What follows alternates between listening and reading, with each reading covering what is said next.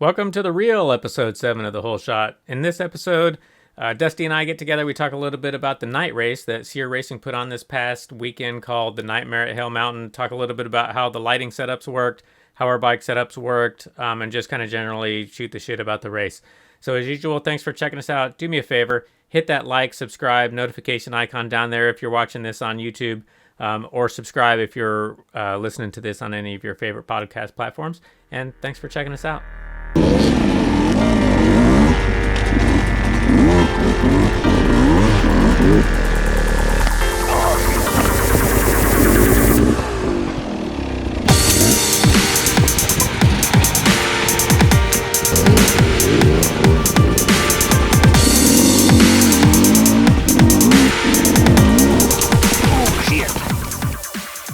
Welcome to another episode of The Whole Shot. I'm Kevin. I've got Dusty with me again today, and this is episode 7.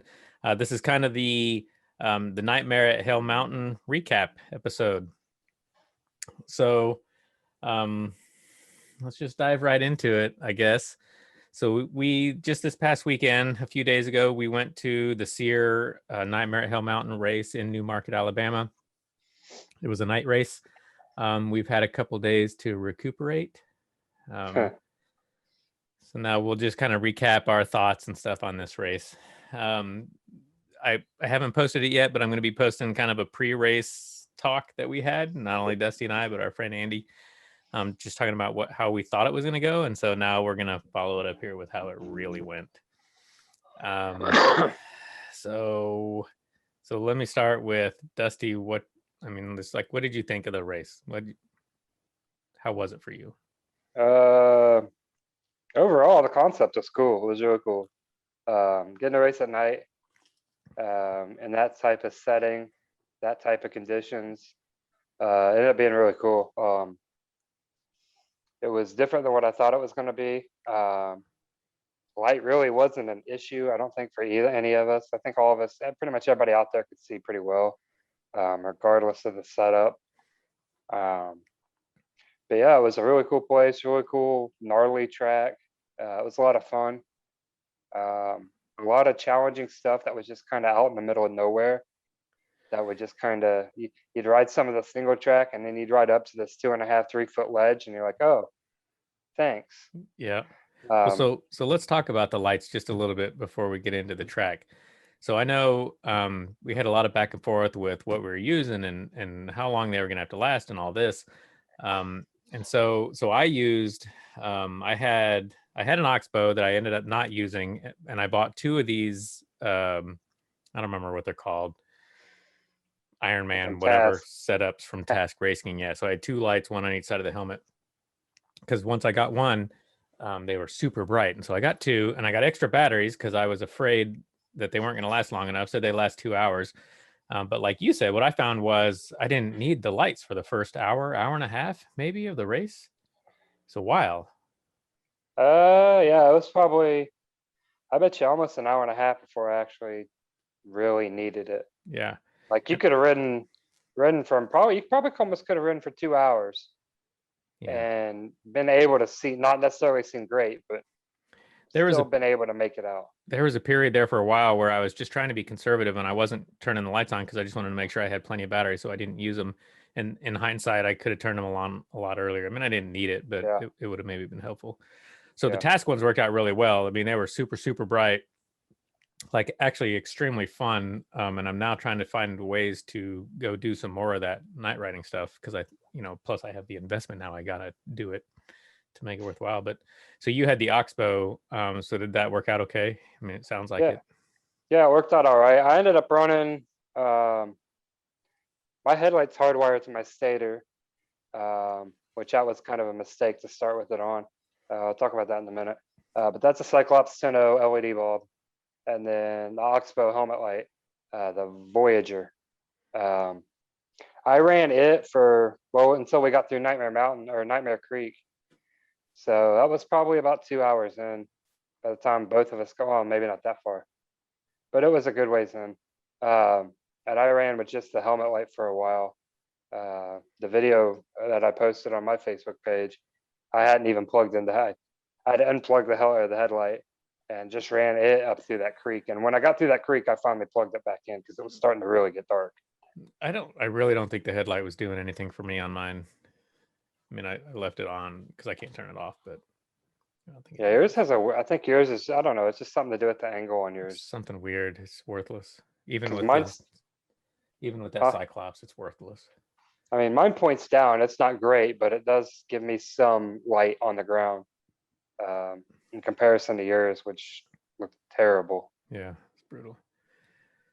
So yeah, so they worked really well. I didn't before the race, I didn't really figure out where I was going to put the batteries, and so that was a little bit weird. I used a fanny pack, put the batteries in there, ran the wires down the back, and I kept unplugging them. So then I ended up running them like underneath my backpack.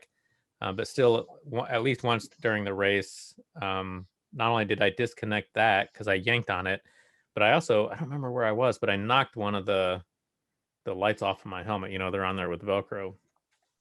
So I ended up knocking one off and had to put it back on. But they worked real well. It was really cool.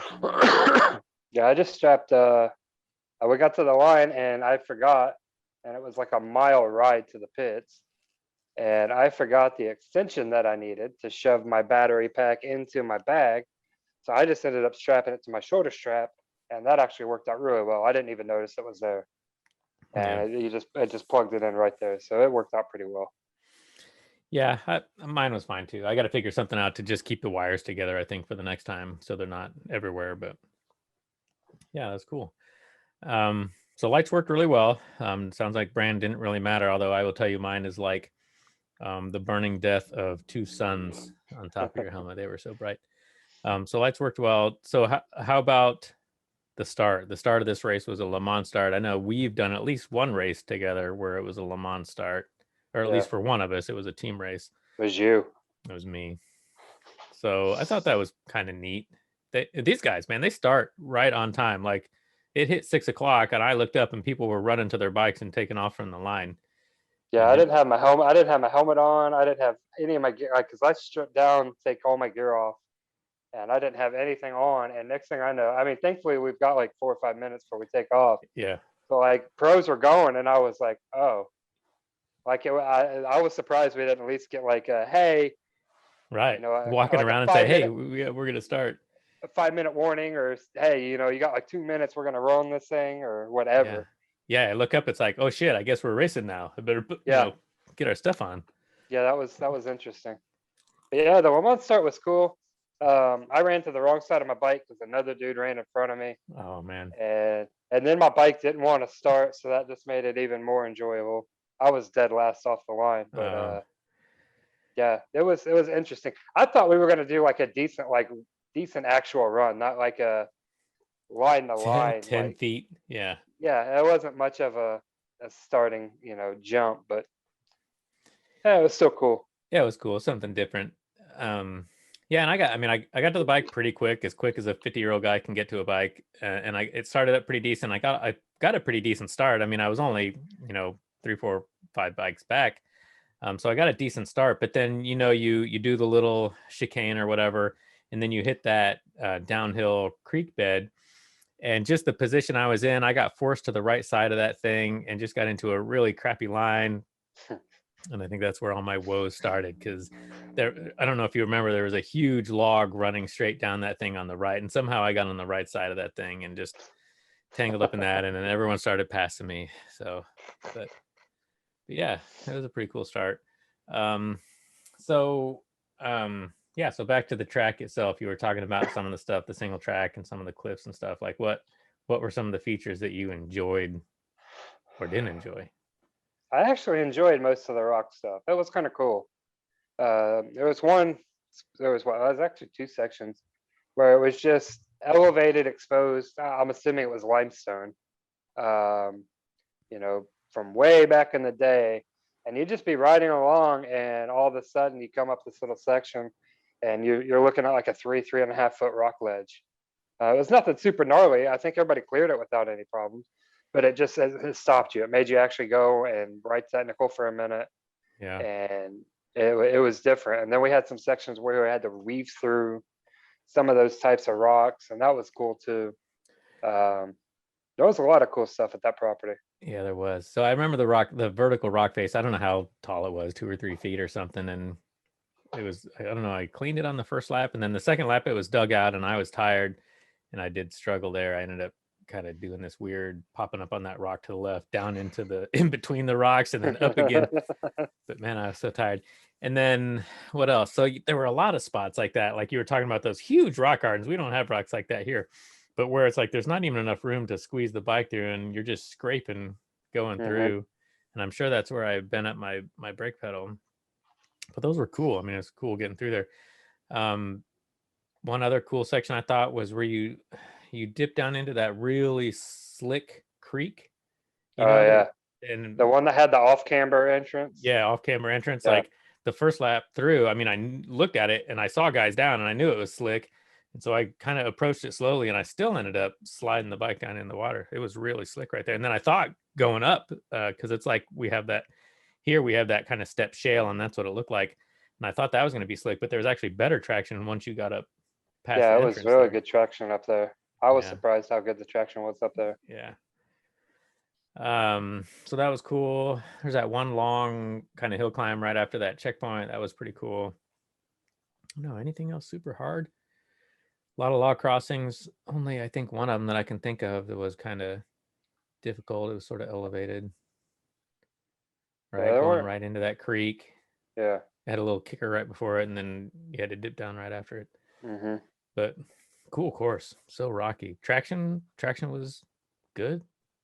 Yeah, I didn't have any issues. I'm looking at my tire right now. It's basically flat, but Yeah, I haven't. I looked at didn't mine. have, I didn't have any issues with grip. I think I washed the front end out a couple of times, but that was just me being a little too aggressive with the front brake. But other than that, yeah, traction was actually really good, Yeah. especially for how dry it was. We were talking about how loose and dry that dirt was. And I think we all thought that there'd be some issues with it, but no, there wasn't. No, none. Yeah, I ran this race first time ever. I ran a gnarly, and it was great. Gnarly at about 1 pound, one psi. Yeah, I had the gauntlet at about 1, so Mm-hmm. and it hooked great. It looked flat, but it hooked great. Yeah, so it's pretty cool. So far, all these, I mean, we've said it before, this is the first year we've run this series, and so far all these tracks have been really nicely laid out. Super fun. So your bike, your Beta 300, like what did you like or not like about it in this race? How did it do? I didn't like my gearing. I didn't like the way it was geared. I ended up riding most of it in first gear. Anything that was uphill, it was first gear. I've got it right now set to like a 1450, which is a much lower or higher gear than what it comes stock. Stock is like 1349. But I did that so I could use first gear more, because this stuff, you're going so slow. And if I go back to like 1349, first gear is basically useless. It's like you hit it and it's full bore right off the bat. So I've got to figure something out there with gearing, to either where I can make first and second usable together, or stretch a gearing out. I don't know. I'm gonna have to look at that. The other thing I didn't like was I've got a Trailtech stator wired into my bike. It's the 100-watt, the upgraded 100-watt system. And for some odd reason, my battery would not charge like it needed to with the headlight on and the fan. And I should have plenty of wattage for both of them. But for whatever reason, it didn't want to charge. And so I kept having after like an hour, the bike started to want to die. And I was, every time not started to want to die, but it would struggle to start back up. So I unplugged it and it ran for like an hour and I charged it back up. And then the last hour I ran again with the headlight. By the end of the race, I had to kick it to get it back to the pits. But Yeah, that's not good. yeah, I don't know what the deal was with that. Yeah, that'd make it difficult. Yeah. Well, for mine on the Beta 200, I was having all kinds of problems. I've been messing around with this Arcatech head insert, and trying to get the jetting right. And I think it was just, I've been using the recommendations that the guy gave me, Kelsey or whatever, and it's just running super fat. I couldn't get it to, it just kept loading up. at idle. It was spitting oil everywhere, and I couldn't hold the right idle. Like I like to idle a little bit higher, just to prevent it from stalling as much. But when I did that, it was either dying, like it was too rich, so I'd lean it out, and then the idles were running away from me. So the whole race, I was constantly stopping, fucking around with the idle and trying to get it to go. So I'm going to give it one more race. I'm going to lean it out, give it one more race, and see if I like it. And if I can't get it running right, I'm just taking it off and going back to stock, because it was fine on stock. I was just hoping to make it a little bit better. Mm-hmm. So that was my deal. Tire was good. Everything else was good, other than the jetting. Yeah. So what like, would you do anything hey, different? I had the same problem you did with idle, except mine was too low and it kept stalling the bike out. Yeah. That was real nice. Coming I'd go off. to hit it. Yeah, right from the start. For whatever reason, I don't know why. And idle's great up here. We're at the same, almost the same elevation as Sequatchie, that whole area. We're in that 800 to 1,000 foot elevation. You think it's way higher down there? It's not. We're at the same elevation. Yeah. But for whatever reason, I got down there and the bike did not want to idle off of the line. Yeah. And so I hit like that first, you remember that first off-camber log we had to go over? Mm-hmm. I hit that. When we dropped onto that ravine, the bike stalled on me and it kept wanting to die on me going down that first hill. Yeah. So I ended up dumping it like 3 or 4 times in the first 5 or 10 minutes. And then finally I stopped and I was like, I got a screwdriver. I'm going to turn this idle up. And I did, and it ran great the rest of the time. I don't understand why. Because I'll start it up here and the idle goes super high. So I don't know what the deal is. I need to figure that out. We need to go out and mess around with the jetting, I think, now that it's getting warmer. Yeah. So that kind of sucked. Other than that, everything else on my bike was fine. Yeah, it's a learning curve for me because, I mean, I'm coming off of a YZ250FX, so not only is it a 2-stroke now instead of a 4-stroke, but I didn't have to screw with all this stuff with fuel injection. You just rode it, and you never had to even think about it. So what would you do different? Like, did you learn anything at this race? Would you do anything differently at the next one, or would you do anything differently if you had to do this one over again? I trained. Yeah, so that's I wouldn't come off the couch cold like I have been. That's what I have on my list too. I'm still I'm still tired. I've been yawning all day, and it's 3 days after, and my body still feels kind of puny and worn out. Like I feel fine, but like in my head it's foggy a little, and I still just feel like drained. Yeah, it was rough for me too. I mean, so I'm older anyway, so it probably impacts me a little bit more. But I run pretty routinely. I lift weights pretty routinely. But the one thing about this race is I was just constantly stopping, catching my breath. Especially when I'm dumping the bike, but just riding through some of those sections, like some of those really rocky sections, whatever. Once you get through, it's like, man, I got to take a breather. So I got to work on that too. My endurance is apparently not what it needs to be. Yeah, this stuff's a lot harder. Either this stuff is harder or I need to learn to maybe ride differently. I'm not sure what it is, because probably some of both. Like we need to be more efficient with the way we ride. Like I know I was dabbing way too much and not just trusting that the bike's going to get me where I need to be. Yeah. Like a lot. Same Crab here. walking it through sections where really I didn't need to. Like I can think back to a couple times where I was crab walking, and if I would have just stood up and trusted my bike and my balance, I probably would have been fine. Yeah, same here. And I think just going faster. I mean, it's easier when you're going faster, but when you start getting tired, at least me, when I start getting tired, I start going slower, and it actually starts to make things more difficult. I need to learn to just keep up the pace. Yeah, I think we need to talk with some of these guys and get some secrets or something. We should have talked to Nick. Nick was set up right in front of me. He probably would have given us. I'm sure he would have, but his secrets are on a different level. Like he probably can't even relate to what I need to get to that next level. It's probably not. He'd be like, "Wait, you can only do a lap." Right. Oh. There's nothing I can do to help you. On the bronze loop? Oh, yeah. No, you're on your own.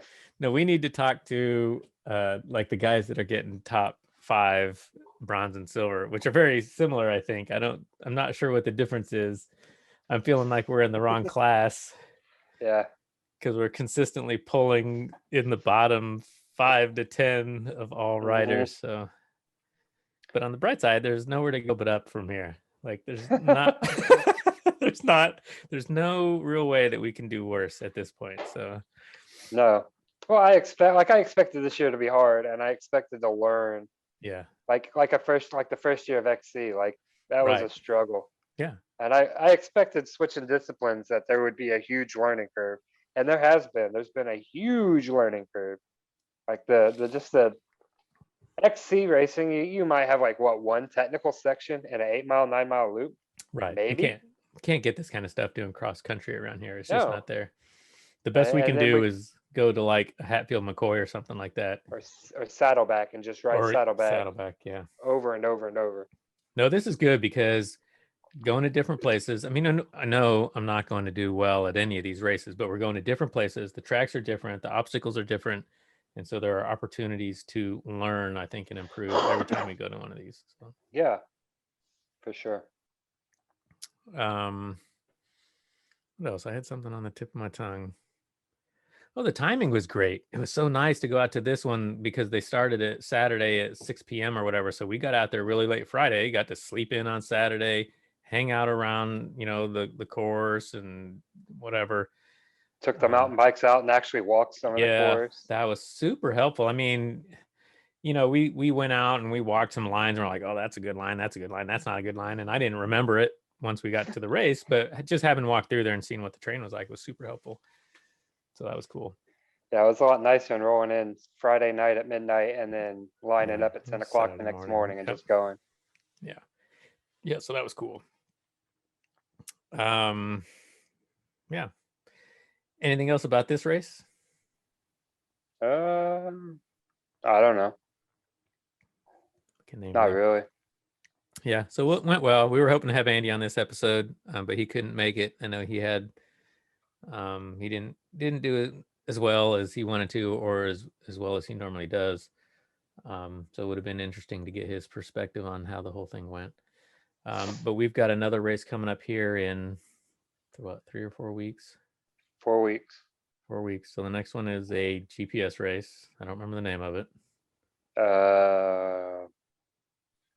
I don't remember it either. So it's like an 8-hour race.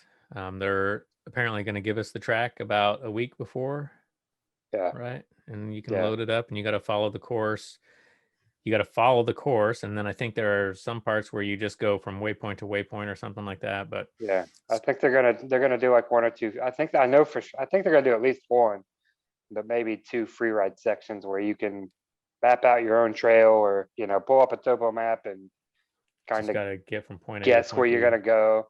Well, yeah, I mean, draw a straight line and just go, oh, let's see how fast or how far we can go this way. But yeah, I think it's like a 30-mile course too. It's super long. Right. Yeah. So I think we're gonna have to refuel at some point. It's over 8 hours. I'd imagine you have to refuel.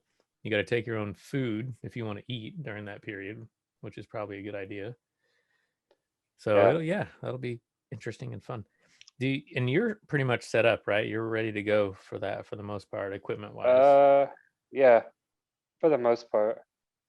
I might try to find another E-Trex. Oh, really? If I can't use that 10, I might try to track another one down. Realistically, I should only need one. Yeah. It's not like I'm burning, I'm Nick Farringer and I'm actually gonna need Right. one for zoomed way out for speed. Yeah. But or Ryder, any of those guys. But yeah, I might get another one. I haven't decided yet. I Kind think of really the only thing I might do. But I have two already. Yeah, I have one. I'm sticking with one. I think that E-Trex 32. If I do anything, I've got a couple old phones laying around. I may strap one to the handlebars or something, but the battery life on those isn't the best. Yeah, I've seen a lot of guys talking about putting phones on there, but they're like, oh, well, you got to hardwire something to the battery, or put a USB plug into it and then run a cable, and that just sounds like too much work. Yeah, I'm not sure. I just want something. I'm not sure who it was, but at the end of the Nightmare, we followed some people back, and one guy, I mean, I don't think he was a racer. I think he was with SEER or something, but that's what he had. He had a phone and he had USB running a cable to the phone right there on his bike. So, but that is a hassle. I don't know that I want to get No, I do all just that rather for have one batteries. race. Yeah. Yeah. So, um, so normally we would have talked about results, but I think everyone, if you were there, you probably know who finished in what spot at the top level. And two, it's extremely discouraging for me to look at the results to see where I landed. So we'll just bypass that one. I will say I was at the check when Ryder and Nick came in, and Nick was hot on his heels. Mm. And it was interesting to hear those two talk afterwards for a little bit while we were all hanging out there waiting for, I think it was Derek Bratcher was bringing us in, and we were all waiting out there, waiting for people, for them to clear that area. And it was cool to hear those two kind of going back and forth and talking about the race and what they thought about it, some of that stuff. Yeah, that would be cool. Yeah. I don't know. I don't even know who came in third. Who came in third? I think I have. It's Quinn.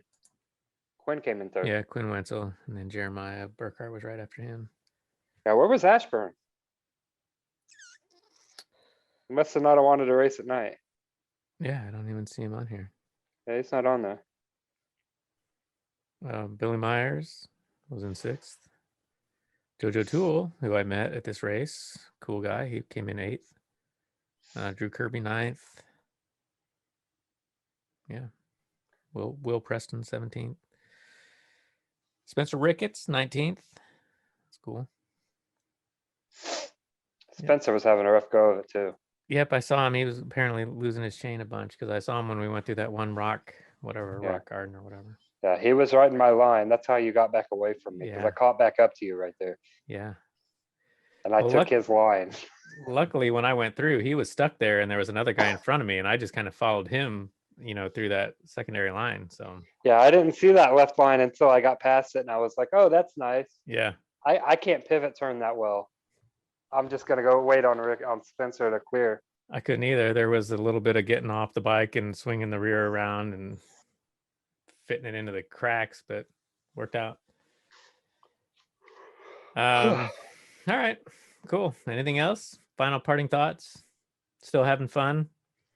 Yeah. You ready to take me up on my offer of quitting this shit and going back to cross country yet? We're working our way there. It would be cheaper on my pocketbook. I know.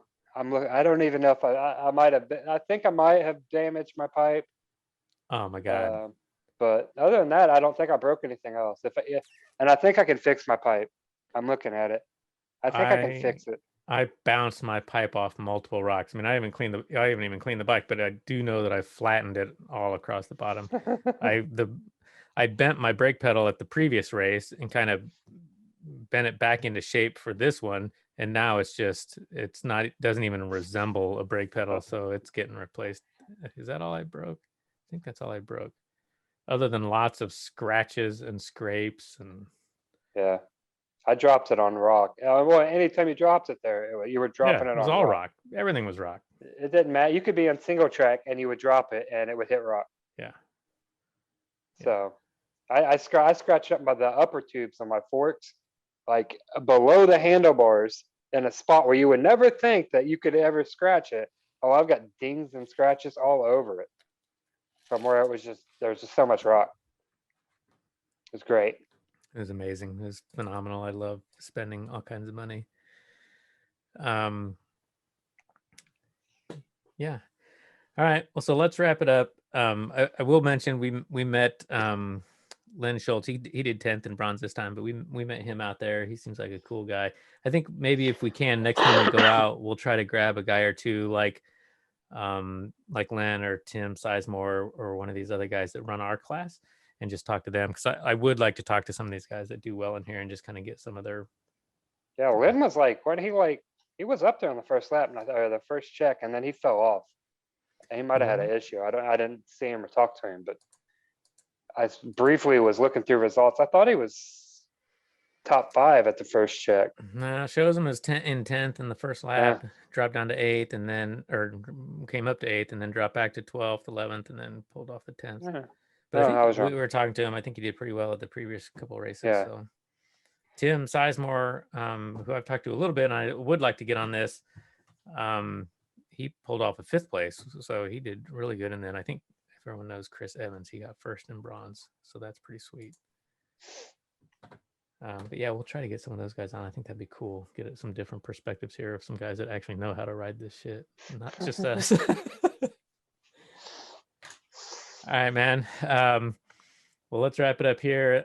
Thanks again for watching or listening. If you're listening to us on one of your podcast platforms, as usual, do us a favor. If you like watching or listening to this, give us a subscribe and a like and share it with your friends. We'll try to get some the viewership up, and we'll catch you on the next episode.